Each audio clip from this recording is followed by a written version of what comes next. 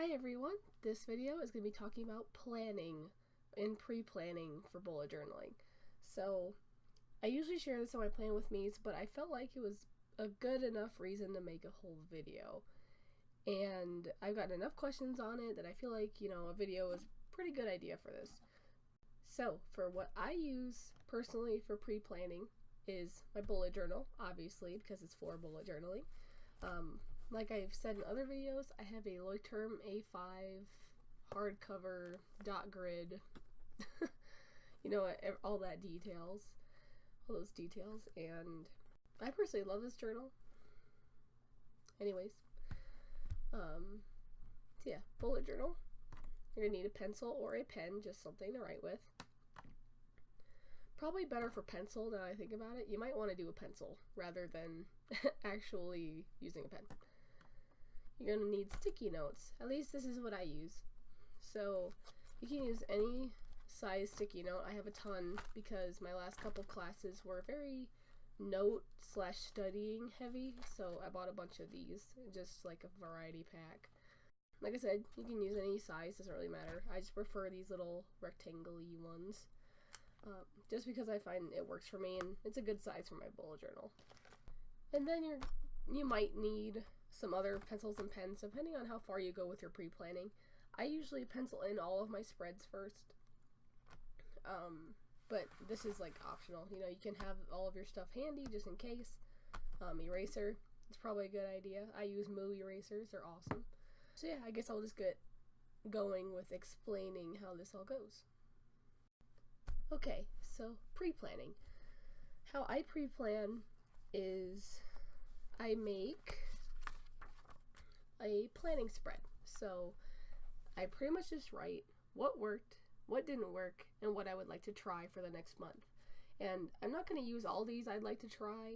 I usually try to use all of them just so it's something new and different, but I will go back and look at other lists of what I'd like to try to see if I could carry any over. So for example, my planning for May spread, I did what worked, what didn't work, and what I like to try. And what I wanted to try list was really long. I didn't obviously use all of these, so I went back and I looked, and I carried some over to here, which I figured I could try and just keep in the back of my mind for what I might want to try for that month. So I kind of did this one a little bit differently. I have a few thumbnails down here. I usually don't do that.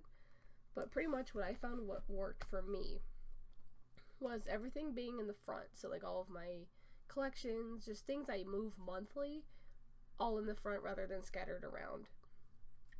The month dashboard I was using worked. What I call chubby habit trackers worked for me. Time long self-care is still going. Gratitude was awesome. Checker life check worked for me. The challenge page with ideas in pencil, I really liked that. The new weeklies I was trying, I really worked, and the running list and notes pages I was starting to use worked really well for me as well. And I'm going to graduate tomorrow, actually, when this is being filmed. So I am currently trying to figure out how my adult life is going to work with my bullet journal. So I'm like experimenting with different things. I won't have a school thing in here anymore, so I'll have to figure out something different. Anyways, so what didn't work for me was my upcoming month section was too big. I feel like I plan that far ahead, but I really don't. My budget page needs tweaking. I knew that was going to be a thing. It didn't really surprise me. On the new spreads that I have, there's no time management, so there's no way for me to see how many hours I have in between certain things. That's easy for me to just glance at and see.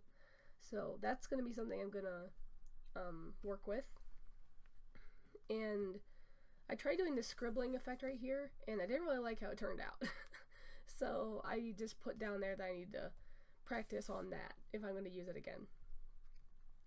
And what I would like to try is a full page self-care tracker, so I can get the full 1 through 10, going this way.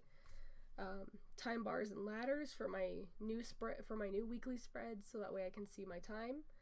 I was thinking about bringing back simple weekly dashboards again and not being so strict having a 2-page weekly spread. I thought about just winging it and going however many pages it takes.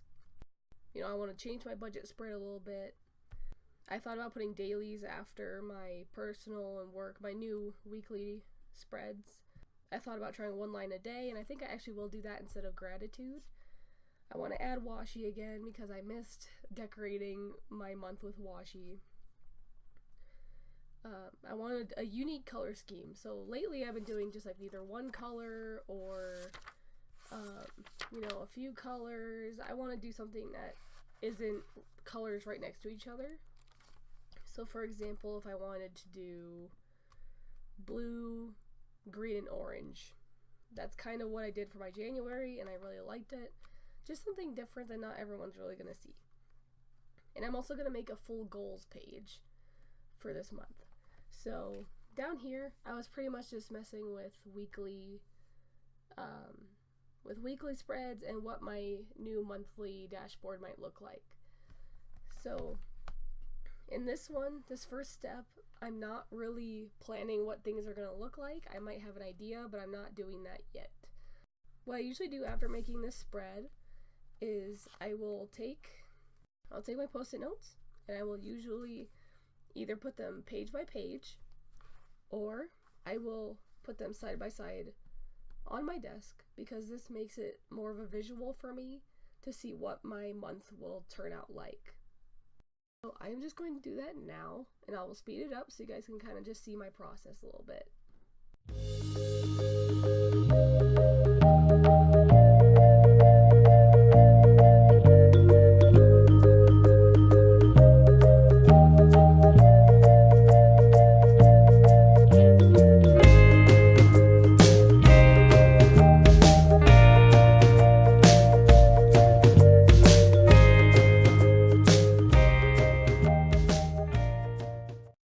Okay, now that I have all of these done, I usually like to do this especially when I'm toward the end of my bullet journal. I have about 100 pages left in this, and I mean, knowing me, I would get overboard and like make a ton of pages for my month, even though my months are getting significantly smaller just because I don't need as much. But this was really helpful even for me to just do right now, because as I was going, I was kind of trying to go, you know, in order, but then I realized I forgot a new thing I wanted to put in. So this is really helpful to just like rearrange really quick instead of, you know, drawing it out all the way in here and then having to erase it all and move it. I mean, most people probably wouldn't move it in the bullet journal community because, you know, that's kind of the beauty of it, is that, you know, it could be just placed anywhere and it'll be fine. But for me, I prefer a certain setup for my months. So now that this is, you know, they're all done, now I can move them around and shift them around a little bit, so that way I can figure out which ones go where in my bullet journal and sort of plug them in.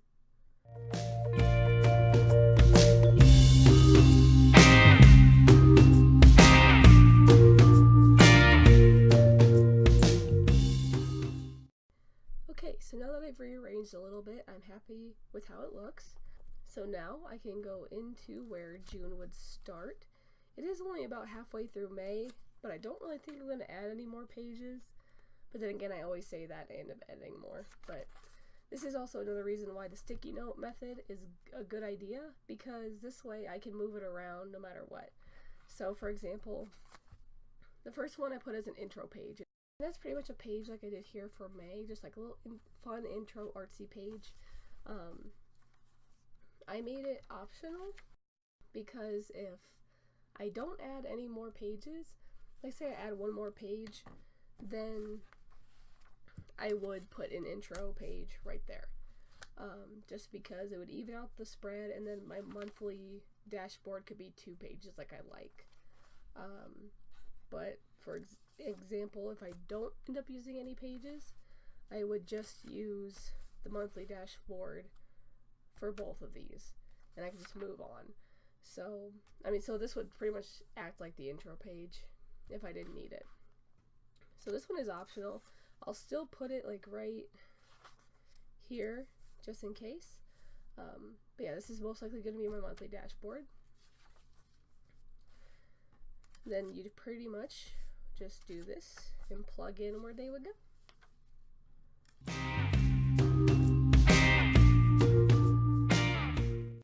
See, and this is another reason to use this, because I'm not planning on doing another challenge page, but because I'm not sure, I'm actually going to leave this one out. So you kind of figure out how your bullet journal is set up, and it's really nice to be able to just, move these around instead of having to move pages, full pages around. So it's just nice to see it unfold ahead of time so you can see if you actually do like the order.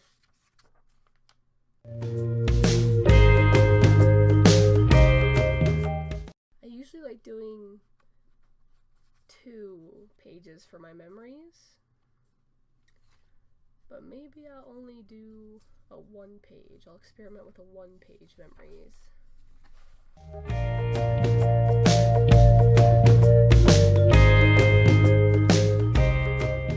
So yeah, now whenever I look into June, I can see exactly how my month is going to be set up. Just by little post-it notes. It adds a little pop of color. It's nice. And this can be changed if your style begins to change.